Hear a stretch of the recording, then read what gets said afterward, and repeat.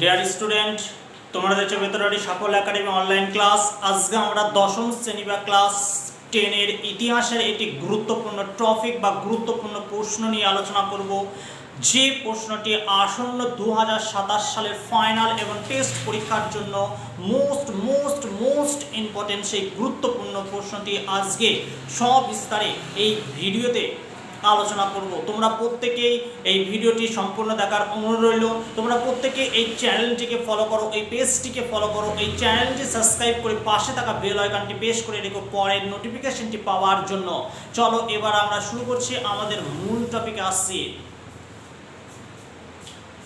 দেখো আজ আমাদের মূল টপিক হচ্ছে, দেখো কি বলছে, দশম শ্রেণী ইতিহাস টেস্ট ফাইনাল 2027। দেখো কি বলছে, মার্ক হচ্ছে 2 এবং 4। এই প্রশ্নটি 2 এবং 4 নম্বরের জন্য 2027 সালে মোস্ট ইম্পর্টেন্ট। বোঝা গেছে?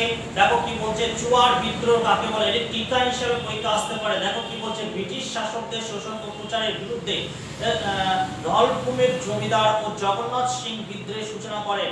এরপর বলছে উচ্চ হারে রাজস্ব আদায়। কি বলছে, ব্রিটিশ কোম্পানির নতুন ভূমি রাজস্ব ব্যবস্থার আর মাধ্যমে চুয়ারদের জমির উপর উচ্চ হারে রাজস্ব ধার্য করে। এরপর বলছে পাইখান জমি হাতছাড়া। কি বলছে, দেখো চুয়াররা জমিদারদের এর অধীনে সৈনিকের কাজ করত, বেতনের পরিবর্তে তারা আর নিজের বা জমি লাভ করত বা জমি ভোগ করত। এটা পরবর্তীকালে কি করছে, এদেরকে বলা হচ্ছে পাইকান। পরবর্তীকালে কি করা হয়, যে সেই সমস্ত চুয়ারদের কি করছে, যে বিনা বেগারে বিনা পারিশ্রমিকে তাদের বেগার খাটিয়ে নেওয়া হতো, কিন্তু কোনো জমি বা কোনো পারিশ্রমিক তাদের দেওয়া হতো না। বোঝা গেছে?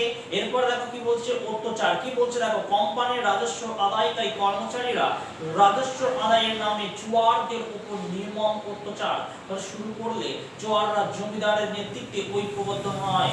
বোঝা গেছে? এটি 2027 সালের জন্য মোস্ট ইম্পর্টেন্ট। তোমরা প্রত্যেকে এটি খাতায় নোট করে এটি তৈরি করে রেখো টেস্ট এবং ফাইনালের জন্য। বোঝা গেছে? আজকে এই পর্যন্তই। ভিডিওটি ভালো লাগলে অবশ্যই একটি লাইক করো, আর এই ভিডিও লিংকটি, এই চ্যানেলের লিংকটি বেশি তোমাদের বন্ধু বান্ধবদের মধ্যে শেয়ার করে দিও।